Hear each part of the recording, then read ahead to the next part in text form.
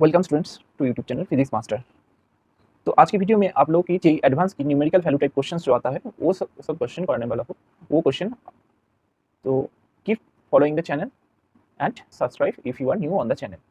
So 23 let's start. physics equations. Let's go one by one, so have patience. 23 physics equations. Let's go one by one, so have patience. First question है वो है ring of radius 4a is rigidly fixed in a vertical position on a table. Small discs of mass m and radius a is released as shown in figure.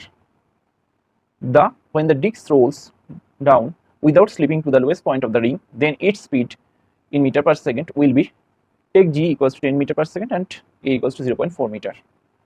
तो figure तो आपको screen पे आ रहा है, आपकी स्क्रीन पे देख सकते हैं फिगर को।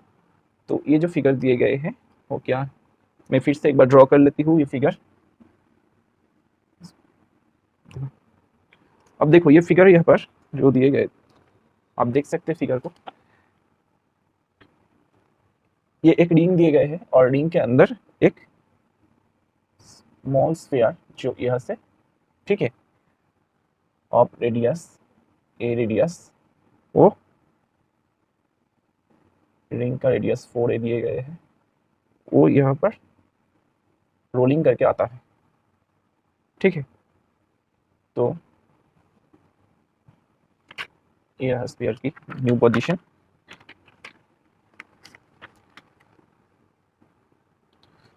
तो अब जो क्वेश्चन हमारा यहाँ पर इसे सॉल्व करना होगा। तो आप लोग देखो, ये तो रहा फिगर, और ये जो एक्सेलरेशन, हमें इसकी वेलोसिटी निकालना होगा। यहाँ से इस स्फीयर की वेलोसिटी निकालना होगा, इस रिंग के अंदर स्फीयर की वेलोसिटी क्या होगा। तो आप देख सकते हैं जो ए की वैल्यू बताया गया है, ए की वैल्यू 0.4 मीटर क्वेश्चन में दिए गए हैं, और जी को बताया गया है जी इक्वल्स टू 10 मीटर पर सेकंड स्क्वायर। ओके, तो यहाँ पर इसकी जो सेंटर ऑफ मास, वहां से इसकी जो distance from the ring, centre of the ring, ये डिस्टेंस कितना होगा। ये तो रेडियस ए, तो ये टोटल रिंग का रेडियस 4 है, तो हम इससे ए अगर सब्ट्रैक्ट करते हैं तो ये होगा 3a डिस्टेंस पे, ये centre of mass of the sphere from the centre of the ring, ठीक है। तो हमें जो वेलोसिटी इसकी निकालना होगा, वेलोसिटी कितने वेलोसिटी में ये रोल करके नीचे आएगा, ठीक है। यही तो हम ये क्वेश्चन दिए गए, इसकी वैल्यू हमें निकालना होगा, velocity, what will be the velocity, ठीक है ना। तो जो इससे निकालना के लिए जो प्रोसेस हम यहाँ पर एनर्जी का जो कंजर्वेशन लॉ वो यहाँ पर लगाएंगे। According to law of conservation of energy, ये जो आएगा mgh equals to half mv square 1 plus k square by are square. अब लोगों को पता है जो k होता है वो रेडियस ऑफ जाइरेशन, तो ये रेडियस ऑफ जाइरेशन किसका है, रेडिएशन ऑफ जाइरेशन इस स्फीयर का हो, डिस्क रोल कर रहा है जिसकी रेडियस कितना था a।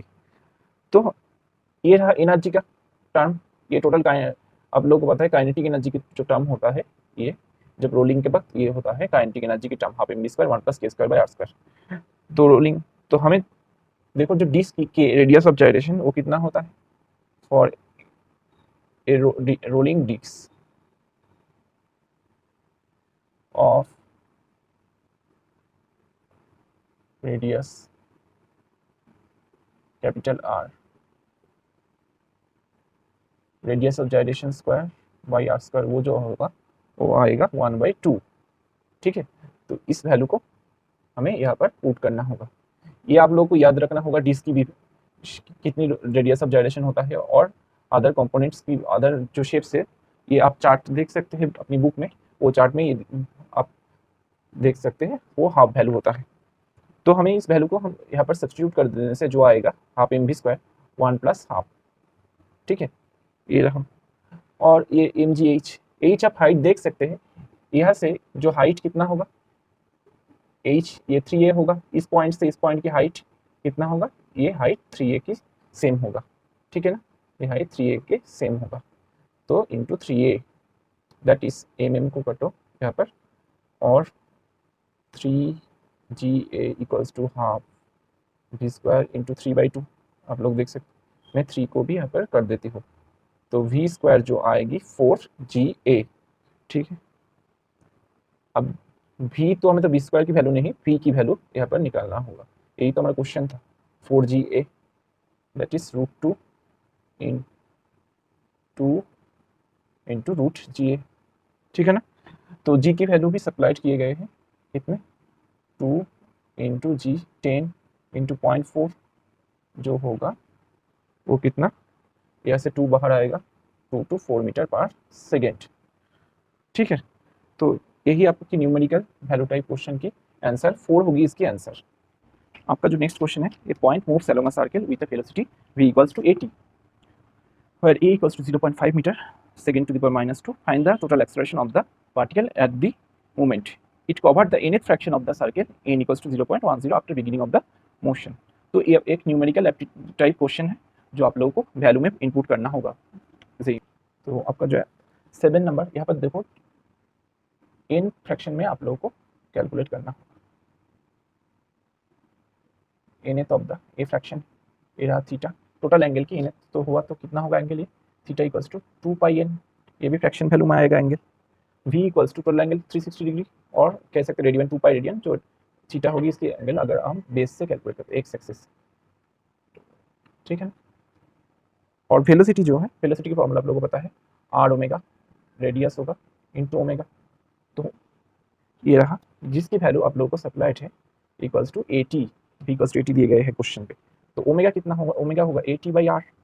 ठीक है, और ओमेगा को हम ऐसे भी लिख सकते हैं D theta D T, that is 80/r।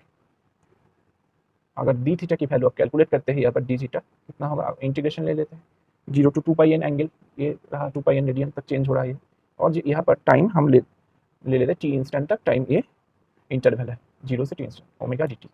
तो ओमेगा की वैल्यू, तो ये लोग आप देख सकते हैं 80/r। ठीक है ना, मतलब डिवाइड कर देते हैं 80/r, ये रहा, मतलब 2πn यहाँ पर आएगी इंटीग्रेशन के बाद, और यहाँ पर जो आएगी वो होगा 80² r।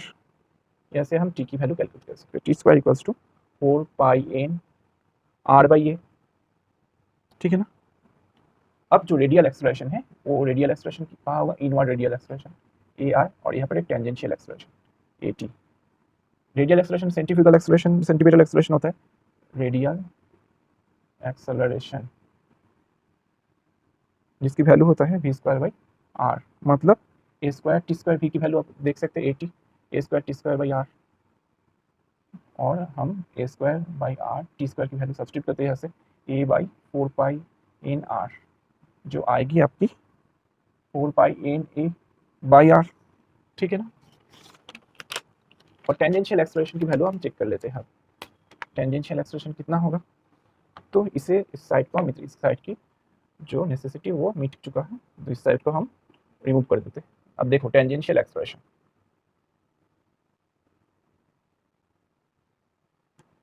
वो 80 जो डीवी/dt होता है वेलोसिटी की चेंज। ठीक है ना, ये तो आप लोगों को फॉर्मूला याद होगा नॉन यूनिफॉर्म सर्कुलर मोशन में। टोटल जो एक्सेलरेशन, टोटल एक्सेलरेशन जो किया है, इन दोनों की रिजल्टेंट एक्सेलरेशन होगा ए टोटल। ये देखो, ये दोनों एक्सेलरेशन परपेंडिकुलर, टेंजेंट और रेडियस आप लोगों को पता है दोनों 90 डिग्री एंगल, तो हमें इसकी वेक्टर सम करना होगा, जो कितना होगा, √a² + b² + 2ab cos 90, ab cos 90 cos 90 मतलब 0, दैट इज ar² + at² जो आएगा √a, तो हमने निकाल लिया a², ar का वैल्यू 4πNS/r, 4πNA/r। ठीक है ना, उसकी square 4πNR/a, that is r cut जाएगी, a कटेगी, 4πNA, sorry √4πNA whole square plus a² that is ये बाहर निकल सकते हैं 1 + 4πn², √ऑफ। तो ये a की वैल्यू कितने दिए गए हैं, a की वैल्यू 0.05 इंटू √1 + 416, 4² 16 होगा, इंटू पाई 3. n की वैल्यू कितने सप्लाइड है, n 0.1 इन द क्वेश्चन, आप देख सकते हैं क्वेश्चन को, और जो पाई की वैल्यू 3.1 को इसकी स्क्वायर, इन दोनों 0.1 से स्क्वायर, जो कैलकुलेशन की बात आपकी आएगी 0.8 metre second to the power -2। This is the answer. ये आपको न्यूमेरिकल में इनपुट कर। तो हमारा जो नेक्स्ट क्वेश्चन है वो स्क्रीन पे आप देखो। Two smooth spheres A and B of equal radius but mass small m and capital M are free to move on a horizontal table. A is projected with speed u towards B, which is at rest. On impact, the line joining their centers is inclined at an angle theta to the velocity of A. Before impact, let E is the coefficient of restitution between the spheres, full stop. If A's path after impact is perpendicular to its path before impact, comma, then find the coefficient of restitution. Take m equals to 5g, small m 5g दिए गए हैं, capital M जो 10 kg दिए गए हैं, small m 5 kg, capital M 10 kg and theta 30 degree दिए गए। तो इससे जो क्वेश्चन देख रहे हैं मोमेंटम कंजर्वेशन से रिलेटेड है, तो इसकी जो पिक्टोरियल रिप्रेजेंटेशन होगा वो हम बोर्ड पे ड्रॉ कर लेते हैं। जो पिक्टोरियल रिप्रेजेंटेशन आप देख सकते हैं, पिक्टोरियल रिप्रेजेंटेशन वो होगा,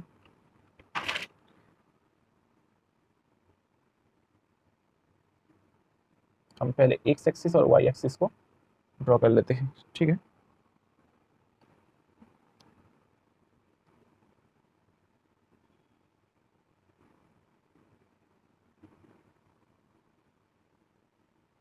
तो ये हमारा एक्स एक्सिस, ये एक्स प्राइम, ये y prime. Suppose two balls, ये एक बॉल और ये एक बॉल, एक बॉल ए जिसकी मास स्मॉल ए, ठीक है, और ये बॉल बी जिसकी मास कैपिटल एम। तो ये दो balls a and b mass small m and capital m. यहाँ पर ए जो बॉल वो ड्यूरिंग इम्पैक्ट उसकी जो कॉलिशन होती है उससे बी बॉल से थीटा एंगल करके कॉलिशन करती है, जिसकी वैल्यू हमें दिए गए हैं 30 डिग्री थीटा, ठीक है। थीटा एंगल पे ये बॉल ए बॉल से कोलाइड करते हैं। Spheres, sorry, two smooth spheres दिए गए। अब देखो यहाँ पर ये हमें कंजर्वेशन, तो आप लोग पता है मोमेंट एक वेक्टर क्वांटिटी है, तो एम की वैल्यू दिए गए हैं 5 kg, कैपिटल एम की जो वैल्यू दिए थे वो 10 kg एंड थीटा जो दिए गए हैं 30 डिग्री, ठीक है। तो यहाँ तक ठीक है। हम इसके बाद इसकी मोमेंटम कंजर्वेशन की लॉ यूज करेंगे। तो मोमेंटम कंजर्वेशन की देखो, ये जो वेलोसिटी इसकी यू ए, वो जो बताएगा वो यू ले लेते हैं, ठीक है। और ये जो बॉल बी था ये रेस पे था, यू बी इक्वल्स टू 0, ठीक है ना। तो यू बी तो 0 वेलोसिटी में था और यू ए जो वेलोसिटी उसकी वेलोसिटी यू। नाउ इसे हम कंपोनेंट डिवीजन, ए की जो कंपोनेंट डिवीजन करने से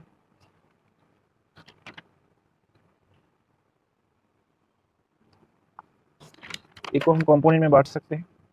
तो कंपोनेंट में बांटने से जो आएगा इसकी वेलोसिटी ए की आएगी capital small m u a cos theta. ये रहा मोमेंटम की टर्म जो अलोंग एक्स एक्सिस, और एक कंपोनेंट अपवर्ड डायरेक्शन में होगा जो m u a sine theta, ठीक है। इसकी वेलोसिटी 0 होने के कारण इसकी कोई कंपोनेंट मोमेंटम की नहीं आएगी। अब लोग मतलब मोमेंटम जो mass into velocity, so there is no momentum of ball b before और ड्यूरिंग इम्पैक्ट। तो ये रहा बिफोर और ड्यूरिंग इम्पैक्ट की सिनेरियो। और जब ये कोलाइड होगा, कोलाइड आफ्टर इम्पैक्ट जो सिनेरियो होगा आफ्टर इम्पैक्ट वो कैसा रहेगा, वो आप देख सकते हैं। आफ्टर इम्पैक्ट जो सिचुएशन होगा वो होगा कुछ इस तरह।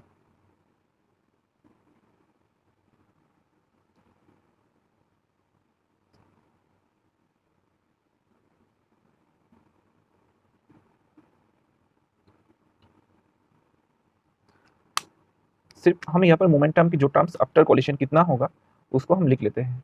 जो बॉल ए वो हमें जो बताया गया वो परपेंडिकुलर डायरेक्शन में मूव करने लगेगा, ठीक है। ये जो बॉल अगर ये भी वेलोसिटी से मूव करता है यहाँ पर, और बी जो बॉल वो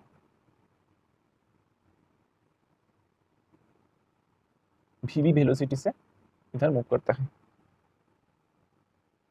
तो यहाँ पर आप लोग देख सकते हैं जो कंपोनेंट डिवीजन के लिए परपेंडिकुलर, तो ड्यूरिंग इम्पैक्ट के बाद जो इसकी जो मोमेंटम वो दोनों डायरेक्शन में डिवाइड हो जाएगा। इधर इसकी बॉल की जो डायरेक्शन ये परपेंडिकुलर डायरेक्शन में आ जाएगा, तो जो आएगा कंपोनेंट्स ये दोनों पार्ट में डिवाइड होता है।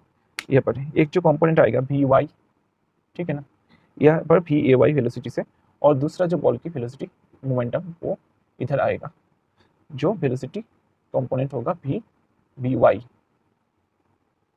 सॉरी वी ए एक्स, क्योंकि कॉलिशन की बात थोड़ा फिकर करो, ये जो बॉल की मूवमेंट आफ्टर कॉलिशन इधर चले जाएगा बॉल, ठीक है ना, ये बॉल इधर, ये बॉल जो v वेलोसिटी से मूव कर रहा है, और इसकी दो component v A y and v, इसे हम यहाँ पर दे देते हैं वी ए वाई, ठीक है, और वी ए एक्स।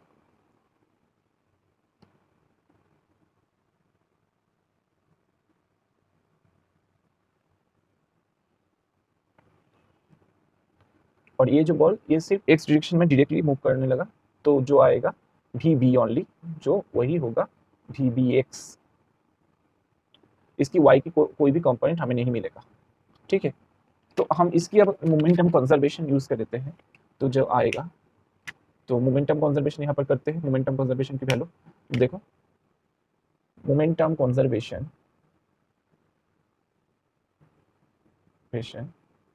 ये बिफोर ड्यूरिंग इम्पैक्ट के वक्त जो मोमेंटम कंजर्वेशन होगा अलोंग एक्स एक्सिस जो आएगा वो होगा,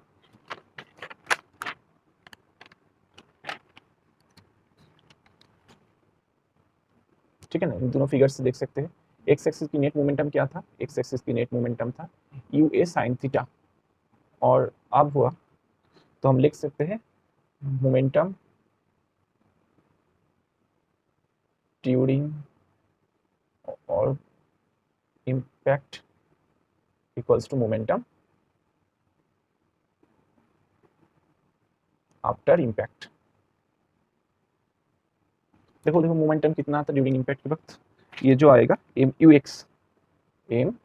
एक्स, और ये आफ्टर कॉलिशन की मोमेंटम कितना आएगा अलॉन्ग एक्स एक्सिस में, आप देख सकते हैं यहाँ पर capital M into v B x, ठीक है ना, एम वी बी एक्स, और यहाँ पर small m V A x, capital M, इससे मल्टीप्लाई कर देते हैं मोमेंटम को, और स्मॉल वी बी एक्स, और यहाँ पर भी स्मॉल एम,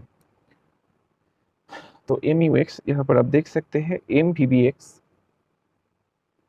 जो after collision velocity m v B x minus m V A x, opposite direction में था, along y एक्सिस जो मोमेंटम कंजर्वेशन होगा वो क्या होगा, तो इसकी वैल्यू भी हम लिख देते हैं यू एक्स, मतलब यहाँ पर आप देख सकते हैं यू एक्स होता है यहाँ पर यू ए कॉस थीटा, और यू वाई जो यू आई साइन थीटा, तो इसे substitute u cos theta equals to m v B x, ये तो हमें पता नहीं कि बी एक्स और वी ए एक्स की वैल्यू आफ्टर इम्पैक्ट की वो हमें पता करना होगा। ये रहा आपकी इक्वेशन 1, और देखो यहाँ पर A mu y along y axis before impact, और आफ्टर इम्पैक्ट जो आएगा वो होगा सिर्फ M V A Y, B की कोई कंपोनेंट along y एक्सिस नहीं है, तो एम वी ए वाई, तो ये रहा एम यू वाई की वैल्यू, मतलब u a sine theta, u a sine theta equals to m V A y, तो इसे कैलकुलेट करने से जो आएगा वी ए वाई की वैल्यू हमें पता चलता है यहाँ पर वेलोसिटी बिफोर कितना होगा यू ए साइन थीटा, ठीक है। तो ये टर्म आप लिख चुके हैं, तो ये रहा हमारे फिगर से जो हमें एक्सट्रैक्ट करना था, तो ये रहा इंफॉर्मेशन। ये फर्स्ट इक्वेशन हम ले लेते हैं, और v A y equals to u a sine theta. अब जो हमें कोफिशिएंट ऑफ रेस्टिट्यूशन उसकी वैल्यू, तो मैं ये फिगर मिटा देता हूँ, आप लोग ड्रॉ कर चुके हैं ऑलरेडी, तो मैं ये फिगर मिटा देता हूँ।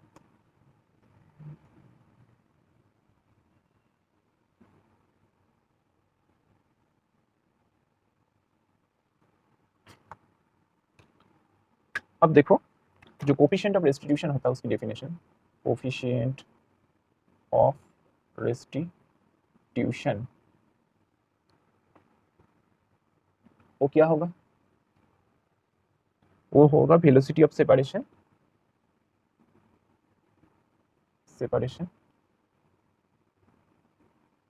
By velocity of approach.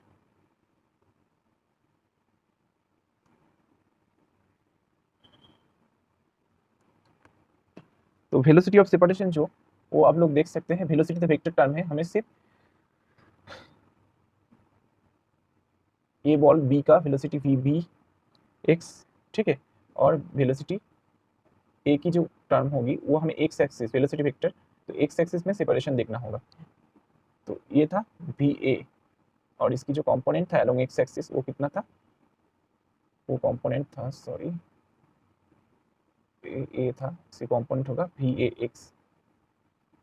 तो वेलोसिटी ऑफ सेपरेशन आप देख सकते हैं जो आएगा वेलोसिटी ऑफ सेपरेशन वो क्या होगा, इन दोनों को sum V A x plus we B X by velocity of approach. Velocity of approach पहले ये तो आफ्टर इम्पैक्ट का फिगर मैंने ड्रॉ किया साइड में छोटे से, क्योंकि मैंने ये रिमूव कर दिया था, स्पेस कम था।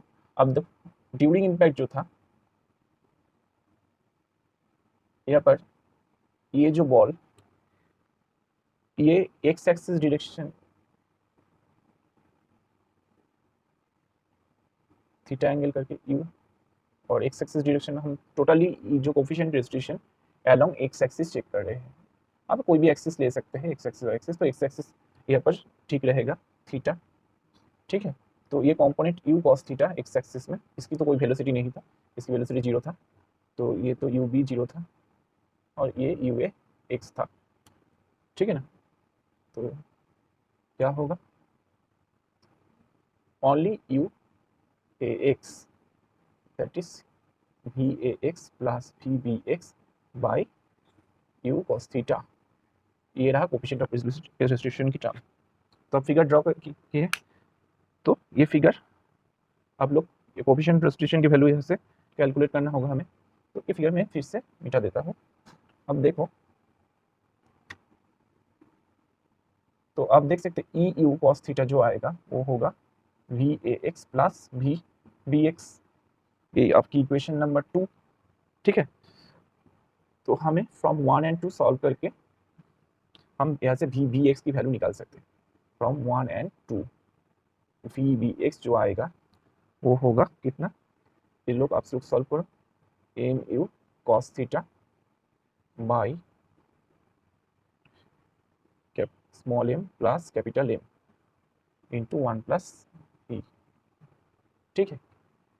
इसे हम फिर से 2 में पुट कर देते हैं, पुटिंग इन 2, जो आएगी आपकी वी एक्स की value v A x equals to होगा, तो ये रहा 2 इक्वेशन आप पुट कर दो यहाँ पर, वी ए एक्स होगा e u cos theta minus v B x, जो ये रहा वैल्यू आपकी, तो v e u cos theta minus m you cos theta by small M plus capital M into 1 plus e, true calculation के बाद आएगी u cos theta by small M plus capital M into m minus small m, ये रहा आपकी v x की value.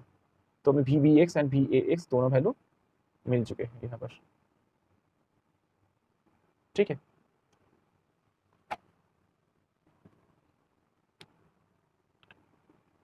अब V A x पता है, और यहाँ पर आप देख सकते हैं वी ए वाई, इसे भी कुछ नाम दे देते हैं 1a सपोज, ठीक है।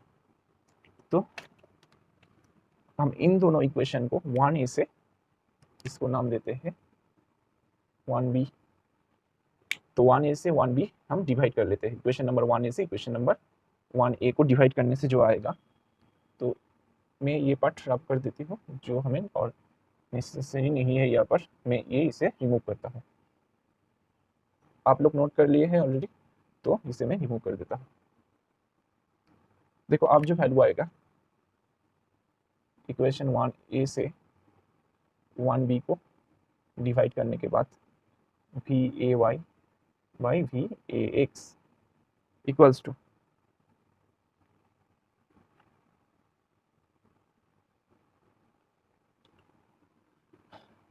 वन ए से ओके मैं 1b से 1a को डिवाइड करता हूँ, 1ab से 1a के, तो थोड़ा ज़्यादा इजी होगा 1ax से ay को।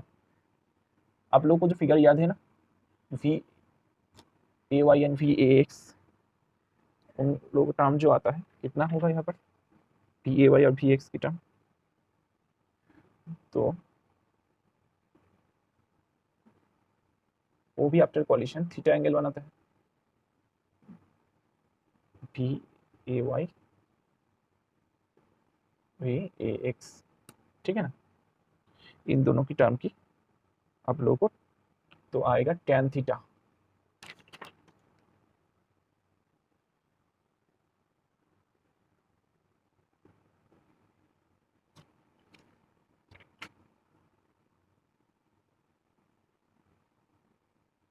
Equals to tan theta.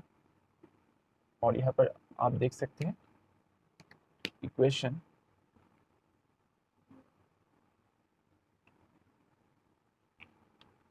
आप ठीक है सब्स्टिट्यूट कर दो ये इक्वेशन को, tan theta equals to v A x by V A y equals to q cos theta by e m minus small m by q sine theta by small M plus capital M, और यहाँ से आप देख सकते tan square theta equals to e m minus small m by m plus m, ठीक है। और theta तो वैल्यू देख सकते हैं tan theta 30, that is tan square 30 equals to e m की वैल्यू हम सब्स्टिट्यूट एम मतलब 10 kg 5 kg बाई 5 प्लस 10, ठीक है। तो tan स्क्वायर 30, इससे आप कैलकुलेट tan स्क्वायर 30 मतलब 1/√3 दैट इज 1/3 इंटू 5 15 नीचे से यहाँ पर मल्टीप्लाई करने से 10e माइनस 5, ये रहा 5, 10e इक्वल्स टू 10 मतलब e इक्वल्स टू 1, ये रहा कोफिशिएंट ऑफ डिस्ट्रीब्यूशन की वैल्यू। और यहाँ पर जो एडिशनल इन्फॉर्मेशन एक दे देती हूँ आप लोगों को, ये परफेक्टली इलास्टिक जब होता है कोलिशन तभी कोफिशिएंट ऑफ डिस्ट्रीब्यूशन 1 होता है, दो बॉडी अगर परफेक्टली इलास्टिक हो तो अभी हुए। तो ये रहा आपकी प्रोसेस, टोटल प्रोसेस, ठीक है। एक वो थोड़ा मिस्टेक था, ये आप लोग थोड़ा चेंज कर लीजिए, ये सब ए कर लीजिए,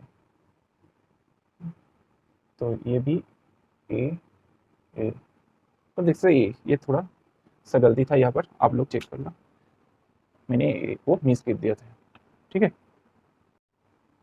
तो आपकी जो नेक्स्ट क्वेश्चन है, student determines dimensionless quantity B equals to E to the power N Z epsilon not H C, पर E equals to electric charge, epsilon not permittivity of vacuum, H Planck's constant, C equals to speed of light and the value find the value of small N.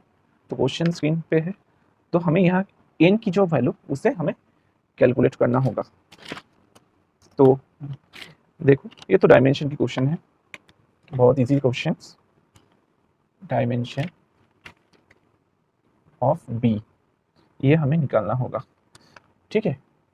और equation तो दिए गए थे वो e to the power n by z epsilon not H C,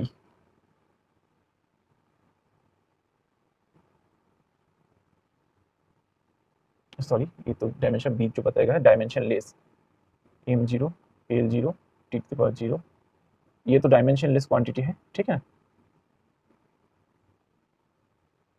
और ई की dimension होगी जो ई की डायमेंशन AT, ठीक है।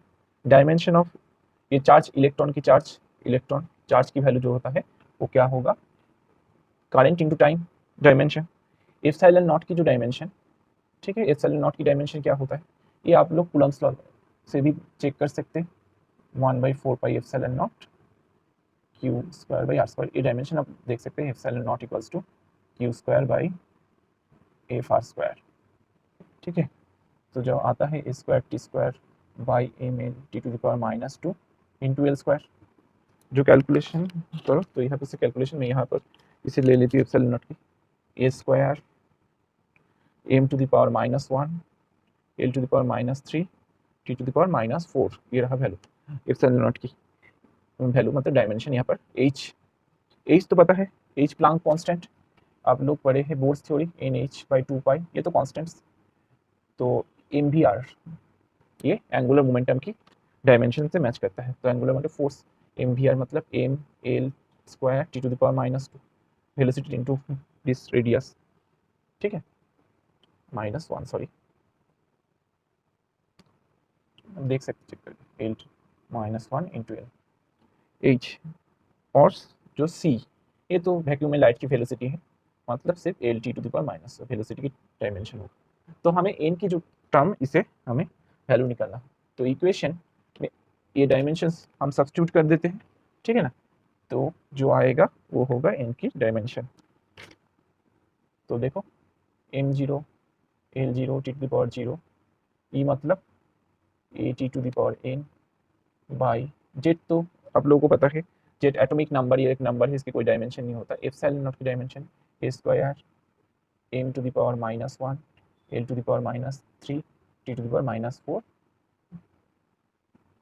ठीक है। और एच की जो dimension m L square T to the power -1, ठीक है। सी जो वेलोसिटी की dimension l T to the power -1।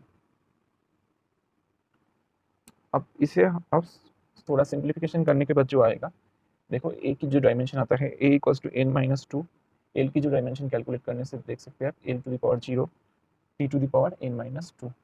और जो लेफ्ट साइड की इक्वेशन अब देख सकते हैं, इक्वेशन में डायमेंशन दिए थे वो तीनों की तीनों 0। तो आप कोई भी एक डायमेंशन से कंपेयर कीजिए, एम की डायमेंशन से एम की डायमेंशन को टी की डायमेंशन से कंपेयर कीजिए, तो आप देख सकते हैं n-0 equals to 2 equals to 0, 0 मतलब n इक्वल्स टू 2 होगा आंसर आपकी, ये रहा 2 हो answer. So your next question, जो a copper piece of mass 10 kg is suspended by a vertical spring. The spring elongates 1 centimeter over its natural length to keep the piece in equilibrium. A beaker containing water is now placed below the piece so as to immerse the piece completely in water. If the elongation of the spring is 89 into 10 to the power minus n centimeter, then find the value of n. Take density of copper 9000 kg per meter cube and g equals to 10 meter per second square. तो ये question यहाँ पर जो situation दी है इसकी एक schematic draw कर लेते हैं। तो पहले जो स्प्रिंग ओ ईआर में था, ठीक है, तो स्प्रिंग के बदले मैंने स्ट्रिंग ले लिया है। यहाँ पर आप लोग स्प्रिंग भी ड्रॉ कर सकते हैं, स्प्रिंग और स्ट्रिंग जो भी हो। तो इसकी वेट जो कपर ब्लॉक की 10 kg था, ठीक है, मतलब वो मास 10 kg मतलब 10 इंटू 10 10g न्यूटन फोर्स से ये डाउनवर्ड अप्लाई कर रहे हैं। उसके बाद जो सिचुएशन है वो ऐसे दिए गए हैं, तो इसे एक बीकर में इमर्स किया गया है, इस ब्लॉक को, ठीक है, इस ब्लॉक को एक बीकर में इमर्स किया गया। तो 10g ये डाउनवर्ड, और ये तो बीकर में इमर्स करने के वाटर में इमर्स किए गए हैं।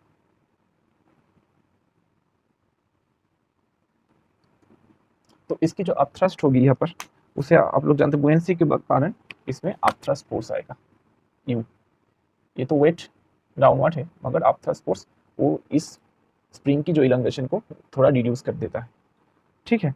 तो जो इलंगेशन के अमाउंट पहले जो दिए गए हैं वो del l equals to 1 centimetre मतलब 10 टू द पावर -2 मीटर, और बाद में जो डेल एल प्राइम दिए गए हैं वो 89 into 10 to the power -n, ये भी सेंटीमीटर में। तो हमें इसे जो, ठीक है, तो लेट्स चेक द वैल्यू। तो आप लोगों को पता है spring force f equals to k into x, ठीक है, के है स्प्रिंग कांस्टेंट और ये इलोंगेशन की अमाउंट। तो हम यहाँ से फर्स्ट सिचुएशन से हम के की वैल्यू एक्सट्रैक्ट कर सकते हैं, एफ बाई डेल एल, ठीक है। एफ मतलब इसकी weight 10 gram, 10 into 10 by del l जो है वो 1 सेंटीमीटर, तो मीटर में हम कन्वर्ट कर लिए हैं इसे, तो जो आएगा newton per metre, 10 to the power 4 newton per metre. अब जो नेक्स्ट सिचुएशन, इस सिचुएशन में आप लोग देख सकते हैं जो वॉल्यूम ऑफ कॉपर हमें निकालना होगा, क्योंकि हमें बुएंसी फोर्स की वैल्यू ज़रूरत है। तो वॉल्यूम ऑफ कॉपर कितना होगा, मास बाई डेंसिटी। यहाँ पर मास कितने सप्लाइड है, 10 kg, और डेंसिटी भी आप देख सकते हैं, डेंसिटी है 9000 kg पर मीटर क्यूब, जो कैलकुलेशन के बाद आएगी 1/9 इंटू 10⁻² मीटर क्यूब। आप लोग जानते हैं when same volume of water, यहाँ पर आप देख सकते हैं जितना वॉल्यूम इस कॉपर की उतनी अमाउंट में वाटर डिस्प्लेस होगा। यहाँ पर water is displaced when the copper is immersed, ठीक है। सो बुएंसी फोर्स क्या होगा, उसे हम यू से लिखते हैं, अपथ्रस्ट होता है यू, बुएंसी फोर्स अपथ्रस्ट फोर्स होता है, equals to weight of the displaced liquid.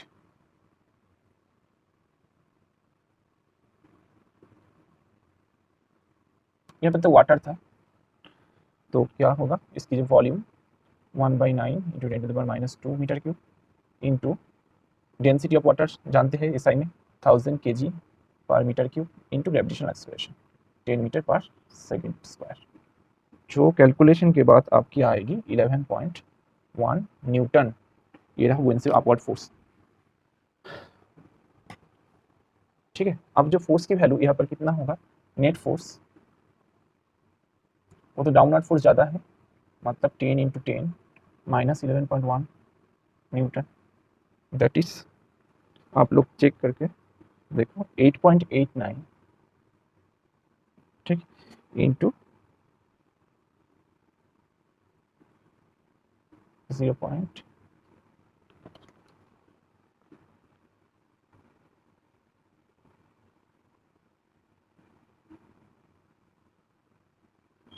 Newton.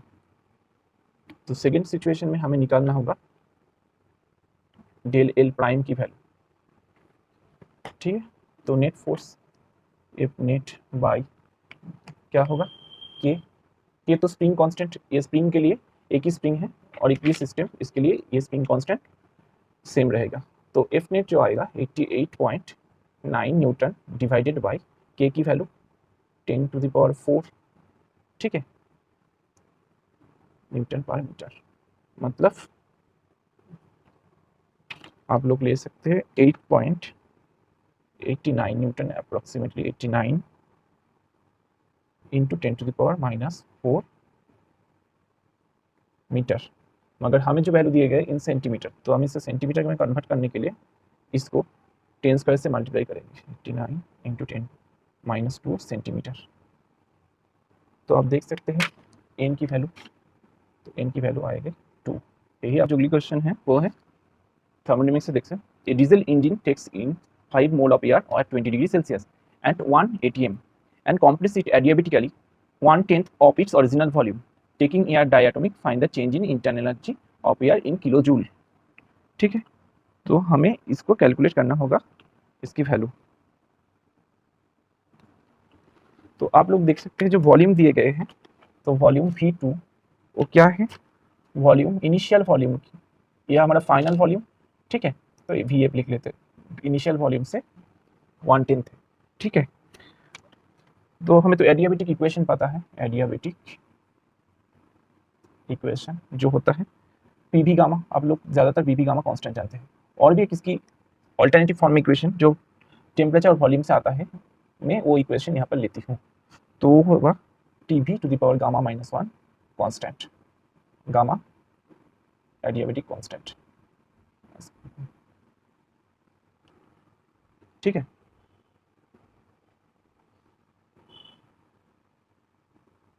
Specific heat ratio, specific heat ratio,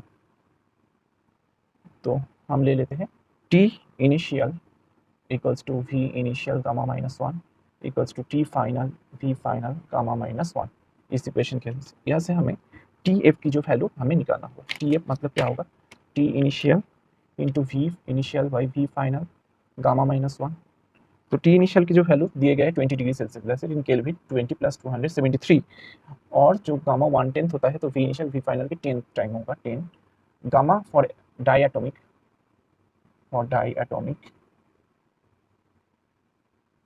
gas, gamma जो होता है 1.4 माइनस 1, तो ये कैलकुलेशन के बाद जो आएगी 736 केल्विन, ये रहा हमारा फाइनल टेम्परेचर। अब वर्क डन हम की फॉर्मूला, एडियाबेटिक वर्क डन हो रहा है यहाँ पर, adiabatic work done,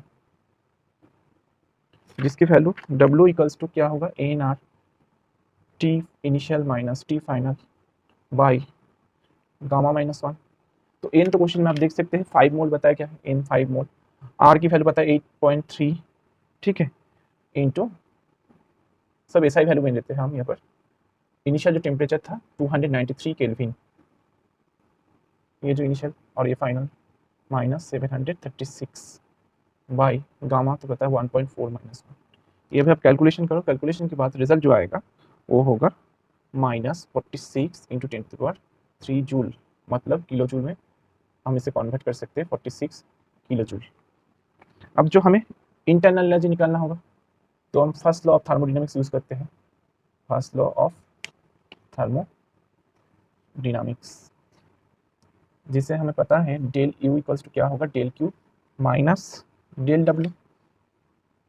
del q जो 0 होता है in adiabatic process, adiabatic process,